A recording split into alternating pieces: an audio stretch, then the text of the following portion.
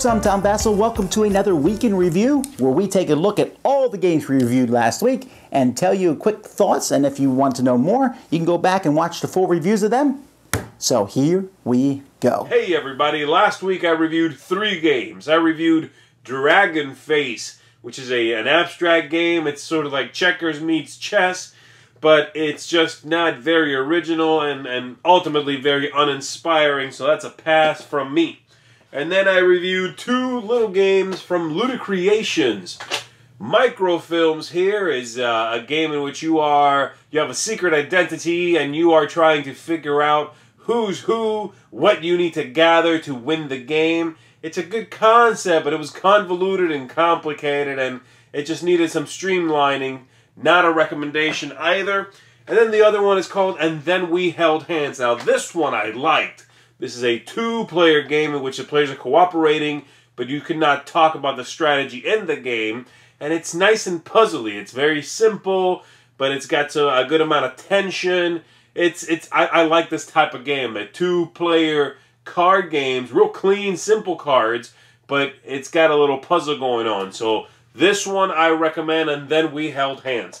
And so that was it for me. I'll see you next time. Ahoy there, YouTube! I'm ForceMars Game Corner. This is my week in review. The first game I checked out was Super Munchkin. This is a standalone / expansion to Munchkin, and it's very simple. If you like superheroes, if you like Munchkin, this is a great expansion to get / a great standalone to get. However, if you don't like Munchkin, this is not going to change your mind. Very similarly, next I checked out the Khrysos Hunters Fires of Gammara expansion, which is going to add hot lava and a bunch of new hunters. This is a small box expansion, and if you like Khrysos Hunters, this is a great expansion to get. If you don't like Khrysos Hunters, this is not going to change your mind. Last but not least, I checked out Cir Kis from Hasbro. This is a mass-market abstract strategy game that's got some really nice components, and it's not a bad game. It's a little bit bland and boring for me, but if you're a big abstract strategy game fan, this might not be a bad one to check out, or if you play with a lot of new gamers. So this has been my week in review. If you enjoyed it, do check out my new baby Luke. Hey, Luke! Hello my friends, it's the Game Boy Geek here. Last week I reviewed Loop Inc., which is a time-traveling game where you're going through the same sort of day 3 times and you have to use actions in the same order you did before, but you could sprinkle new ones in. Interesting ideas, but in the end I disliked the game for many reasons. Go see the review there. H.I.D.E, Hidden Identity Dice Espionage, is sort of a deduction game with a little bit of bluffing with some dice. It's interesting, it's got some interesting things there. Didn't totally blow my socks off. A decent game. Talk about Swords and Bagpipes. This is a very good game. If you like hidden trader games, you're gonna want to check this one out. It's one where you will be jumping allegiances and you want to kind of push your luck as to how often you betray people. Very interesting win conditions there. Also did Catan Traveler. This is the travel version of Settlers of Catan, or the 5th edition just Catan. And if you like Catan and you play it a ton and you travel a lot, it's interesting how they fit everything together. And the best of the week was Letter Tycoon. I'm not a big word game fan, but this word game was excellent. It's sort of economics in word games where you're building words, buying patents, and getting paid when other people use those letters in their words as patents. That's what I did this week. Merry Christmas, Dice Tower. We got 6 reviews for you this week. The first one is Shakespeare. This game, players are creating their own plays, their own sets, their own costumes, hiring actors. It's actually a very cutthroat, nasty little Euro. The theme comes across very well, though. Definitely take a look at that one.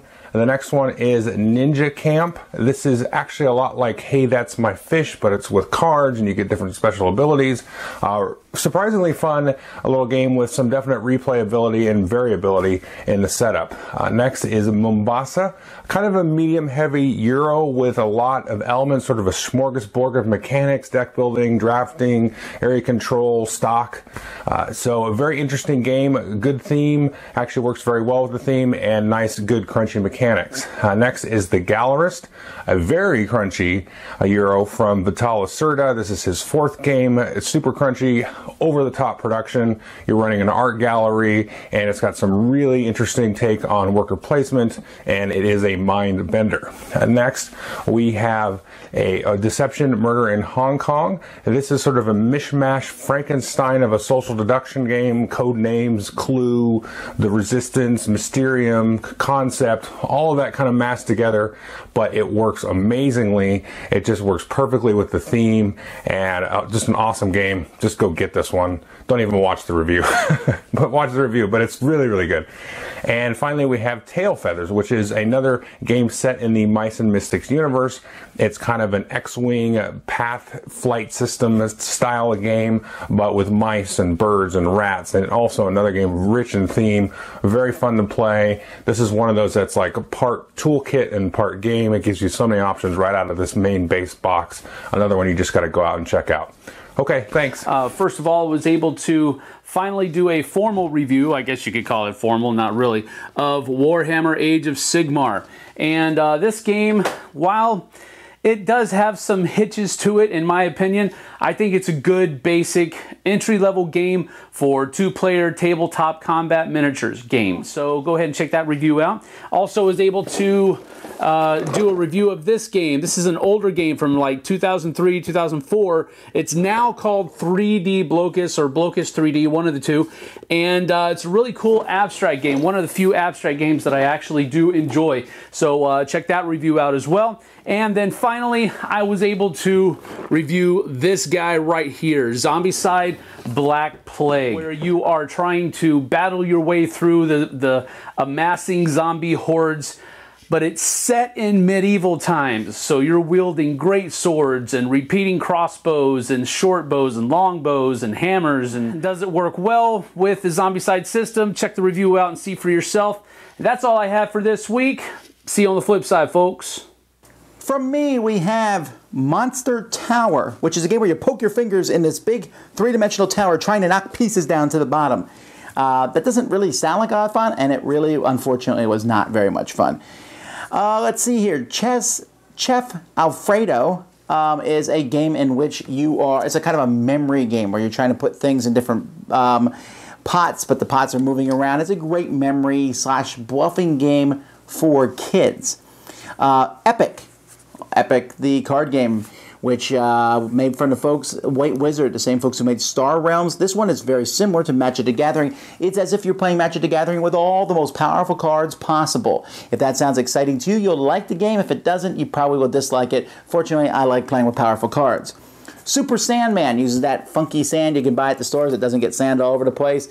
And you build a sand pit, and then you're trying to cross that pit using card play. Good for kids. Best Treehouse Ever is a colorful little card game in which you really do build the best treehouse ever. There's some drafting, which is fun. There's some card color matching, which is fun. And the artwork and theme add a lot to the game. 10 to Kill is a game in which it takes 10 minutes. And you have a hitman and 3 targets. They're animals, so don't worry about that. And you're trying to get rid of your targets and also try to get rid of the other people's hitmen or have them arrested by the police. Pretty fun little bluffing game. German Railroads is an expansion for Russian Railroads. This one adds some variable boards. I really like the additions this game made. I already thought Russian Railroads was a solid game. This one lets me do strategies that everyone else cannot do. I'm just doing something very different, and I like that. Warhammer Quest is the adventure card game. It's a card game version of Warhammer. It's a cooperative game that offers some very cool asymmetrical play between the different players. They each have very different characters, good artwork, and it plays pretty quickly but very solidly. And World of Yoho, which I really love. Me and Melody both had a great time with this one, where your smartphone becomes your ship. You place it on the board and you're moving your smartphones around and shooting at each other. A lot of fun. So, those are the games we reviewed this week. I hope to see you guys next time. Check out our reviews if you want more details on each of those.